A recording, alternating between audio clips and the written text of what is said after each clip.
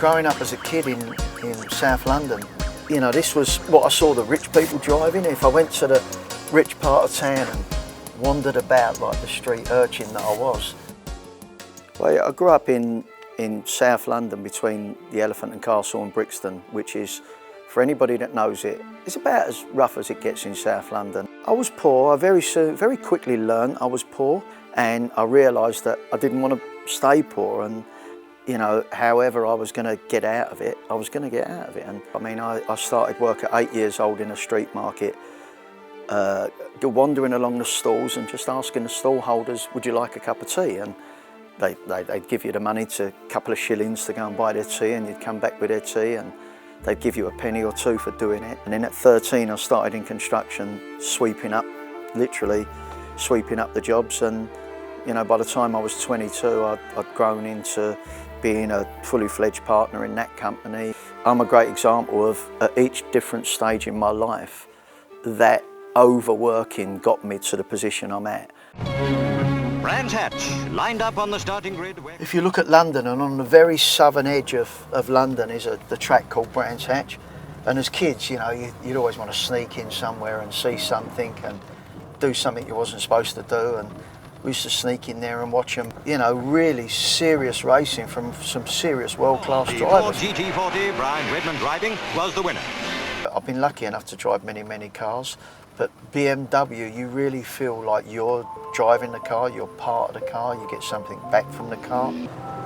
There's a lot the average driver can get out of it, and a lot of satisfaction. It's just fun, it's German reliability, but in a supercar. Now, you're a great enthusiast. You shared cars with us in Kirkland. You shared us with them at the LeMay Concours. You brought them here today. I appreciate your letting all of us share in your enthusiasm and in your great cars. Now, your second award, you get the Concours Chairman's Choice. So, Alan's... Before 2008, the most cars I've ever had was 6. And then 2008 and the recession came along. And I was like, okay. I looked at my bank balance. I looked at that 0 interest rate the bank manager was giving me, and I went, who's going to enjoy this money, him or me? So I decided that my passion, what I loved, was old cars. I was the right age, I was still in my 40s, and I went, yeah, you know, I'm going to start enjoying my money. And that's what I did, and I couldn't believe it was almost like an awakening, like, okay, what do I love, what do I want to collect? Yeah, there's loads of cars, there's Jaguars, there's Aston Martins, there's Ferraris, there's Lamborghinis, there's Maseratis, and you go through and you go, yeah, but you know, what I really love is BMW Motorsport, and I remember them racing at Brands Hatch. I suddenly started looking and went, nobody gets this. Nobody gets the BMW Motorsport.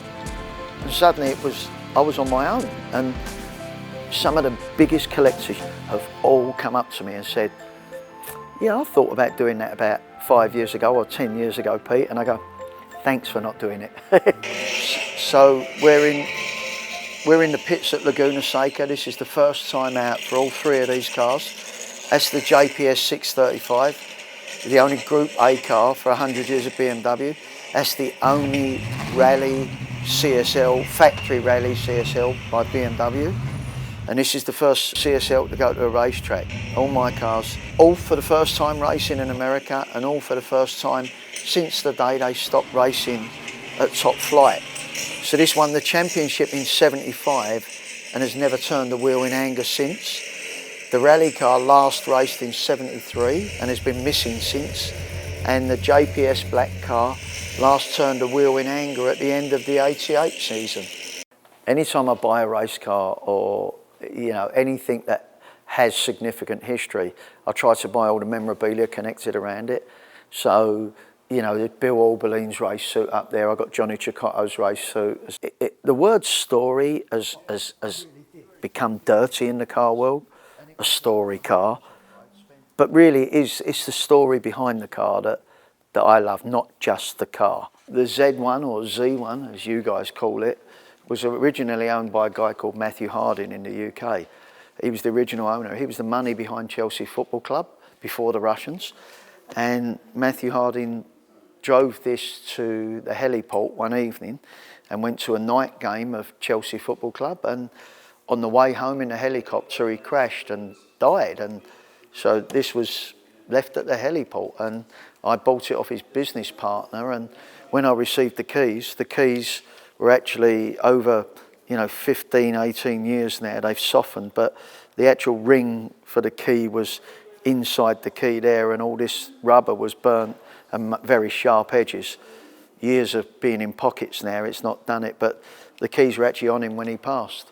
My passion for collecting, there's often things that spark me, but if I look back on my lifetime, it really has always been design. Like I talk about collecting art. You love art. Yeah, I love art. And although I say I collect art, I really collect design. Liking art and design, you couldn't have liked anything better than this. Exactly right. Right? I Yep. mean, the XKE, my God. I looked forever in England and never found one. And you found it here. I found it in Woodinville, Washington. This car. Just crazy. I mean, just nuts. And it was a Microsoft guy who'd spent astronomical money on it and was scared to drive it. I buy what I love. Ferrari 355 Challenge. It was owned by Dale Chihuly, the glass artist, for many, many years. I don't buy anything I don't love. I only like cars that have a soul, have a history, have a story. When an artist does his interpretation on a car, it brings together my two passions, and that's why art and cars. But I love cars for their simple artistic merit and their design. And when I wander around an art gallery, we all look at the paintings. We may look at the writing that's there, but I look at the date, and the date is more important to me than anything. You can see a great artist, but if you understood what the people did the few years before, you might see how he got there. And actually, there's a lot of crossovers in cars. There's a hell of a lot of crossovers in the car world we're looking at. You can see where it came from. That's what I love. I love someone who's willing to go for it, not always get it right. And in a way, that's BMW. So if you think back to '78 when the M1 came out, Peter Gregg didn't go for any middleman. He went straight to Jochen Neerspack, who was the head of BMW Motorsport, and wrote wonderful letters like this, like, please accept this letter as our firm order for a M1 racing coupe to Group 4. I collect art, I collect cars. I have the Peter Gregg Frank Stella art car, which, to be clear, BMW own all the factory 17 art cars. There's only one car in the world that is considered an art car by everybody else in the world, and that's the Peter Gregg Frank Stella art car of the BMW. It's the only one that can sit alongside them. BMW are pretty angry that they don't own it because it's done what it's done. In the day, the car was 150,000 Deutschmarks, which was $80,000. And then by the time you put the bits on it, there's the invoice from Germany. And this is what the Guggenheim valued it at in 1999, when they would have valued the car at zero. They valued the artwork at 2.1 mil. In 99, when an M1 was worth nothing, That was probably as much as any major Stella work had ever sold for in that time. I never normally bother with the seat belts, but I suppose we should for the camera, shouldn't we? As much as I've done what I've done with BMW Motorsport, I don't know that I'll ever be finished. So there's always something else. Some people just don't get the hobby. No, they don't. It's the passion starts as a young man and it continues forever. Yeah. We sound like a couple of old guys, don't we? Like a big kid in a candy store. I want a sweet out of every jar, Certainly out of every BMW jar.